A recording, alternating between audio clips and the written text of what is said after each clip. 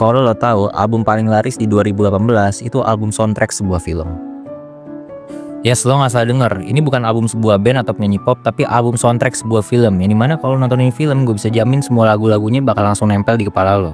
Dan film ini adalah The Greatest Showman, ini film musikal yang rilis tahun 2017 yang berhasil bikin semua lagunya tuh jadi hits. Dan mungkin salah satu kunci yang ngebuat lagu-lagu di film ini hits ada di orang belakang layar Greatest Showman itu sendiri, yaitu Ben Spacek dan Justin Paul. Mereka ini adalah dua penulis lagu jenius yang juga bikin soundtrack di film La La Land. Yang anehnya bahkan La La Land aja nih benar-benar ngehits secara lagu cuma City of Stars doang. Nah makanya di film The Greatest Showman kali ini mereka nggak bikin lagu ala-ala teater kayak La La Land lagi. Mereka ini bikin lagu pop yang bisa banget masuk Spotify playlist, radio, atau bahkan sebisa mungkin langsung viral lah ke seluruh sosmed.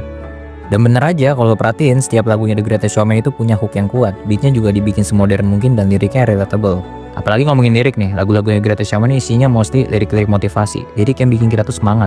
Contohnya kayak lagu This Is Me yang dinyanyiin sama Kill Settle, dimana di film ini tuh para pemain sirkus tuh digambarkan sebagai sosok yang terpinggirkan, gak cuma dijauhi masyarakat, tapi bahkan ditolak oleh pemimpin mereka sendiri.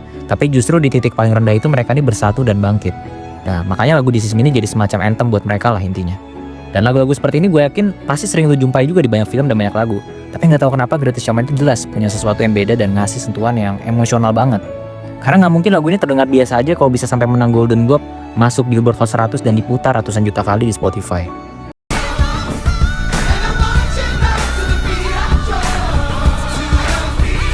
Terus berlanjut di Rewrite the Stars, lagu tentang cinta yang penuh rintangan dengan perbedaan sosial dan ras yang masih sangat relevan juga buat banyak orang. Apalagi lagu ini dibawain sama dua ikon Disney pada zamannya, Zac Efron dan Zendaya. Dan kalau lo sadar, ini jarang-jarang banget nih Zac Efron ini bisa tampil di film musikal lagi setelah High School Musical. Wajar hal ini jadi perhatian khusus buat banyak orang. Apalagi sekalinya tampil tuh hasilnya keren banget, chemistry-nya juga dapet banget. Ini bahkan buat sebagian orang ngobatin rasa kangen mereka dengan couple Troy Bolton dan Gabriel Montez di High School Musical.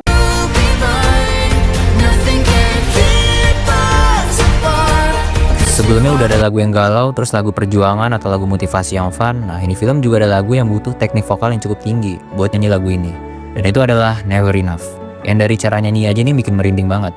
Lagu yang dinyanyiin sama Lauren Arad ini adalah satu-satunya lagu yang gak dibawain sama pemeran asli dalam filmnya. Tapi suaranya ini bikin semua orang mikir dia ini udah kayak penyanyi opera asli. Dan kayak yang gue bilang sebelumnya, lagu ini tuh emang gak gampang dibawain. Jadi gak heran abis lagu ini meledak, banyak banget peserta ajang pencarian bakat di seluruh dunia itu nyobain bawa lagu ini.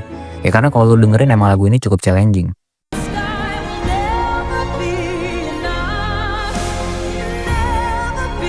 Ada banyak lagu-lagu lain juga sebenarnya kayak Come Alive, From Now On, Million Dreams, The Greatest Show yang bisa dibilang hampir sama ngehitsnya juga dengan lagu-lagu yang gue mention sebelumnya. Dan semuanya sempat masuk tanggal lagu radio di berbagai negara, bahkan ada momen lagu-lagu tersebut tuh bisa bertengger berbarengan. Makanya gak heran kalau di tahun 2018 The Greatest Showman ini jadi album terlaris di dunia. Album yang awalnya hanya diniatkan untuk mengisi sebuah film ini malah bersaing di industri musik. Walaupun sebenarnya fenomena album soundtrack yang ngehits itu udah sering kali juga terjadi. Dulu tuh ada The Bodyguard-nya Whitney Houston, Titanic-nya Celine Dion, atau Saturday Night Fever Bee Gees. Tapi bedanya album-album itu diisi sama penyanyi superstar. Sementara The Greatest Showman, hampir semua lagunya ini cuma ngelibatin aktor atau aktris yang berperan di film itu aja. Dan kalau lu compare sama Frozen yang sama-sama sukses juga nih dengan album soundtracknya, Frozen ini cuma ngandelin dari Let It Go doang, satu lagu, dan sisanya mungkin gak terlalu stand out ya. Tapi The Greatest Showman ini hampir semuanya tuh rata kesuksesan dari tiap lagunya. Dan yang bikin makin gokil, tahun 2018 juga dirilis versi remake-nya The Greatest Showman Reimagined. Isinya tuh lagu-lagu yang sama tapi dibawain ulang sama musisi besar kayak Pink, Kesha, James Arthur, Anne Mary, dan musisi-musisi lainnya. Dan ini jarang banget ada soundtrack film yang melangkah sejauh ini ya. Bukan cuma populer di film tapi juga diadaptasi ulang jadi hits mainstream. Ya hal inilah yang bikin lagunya ini nempel terus di kepala banyak orang sampai sekarang. Lagunya tuh masuk ke semua kalangan, baik remaja, dewasa, bahkan orang tua. Malah uniknya banyak orang yang gak nonton filmnya sama sekali tapi tetap suka banget sama lagu-lagunya Greatest Showman. Dan mungkin itu kenapa meskipun film Greatest Showman ini udah lewat bertahun-tahun, lagunya ini terus diputar dan masih terus dinyanyiin. Karena lagu-lagunya ini berasa nyentuh sesuatu yang personal. Bukan cuma soal nada atau lirik, tapi soal perasaan yang kita semua itu pernah rasain. Dan bisa dibilang soundtrack Greatest Showman ini bukan cuma bagian dari film, tapi udah jadi bagian dari hidup banyak orang di seluruh dunia.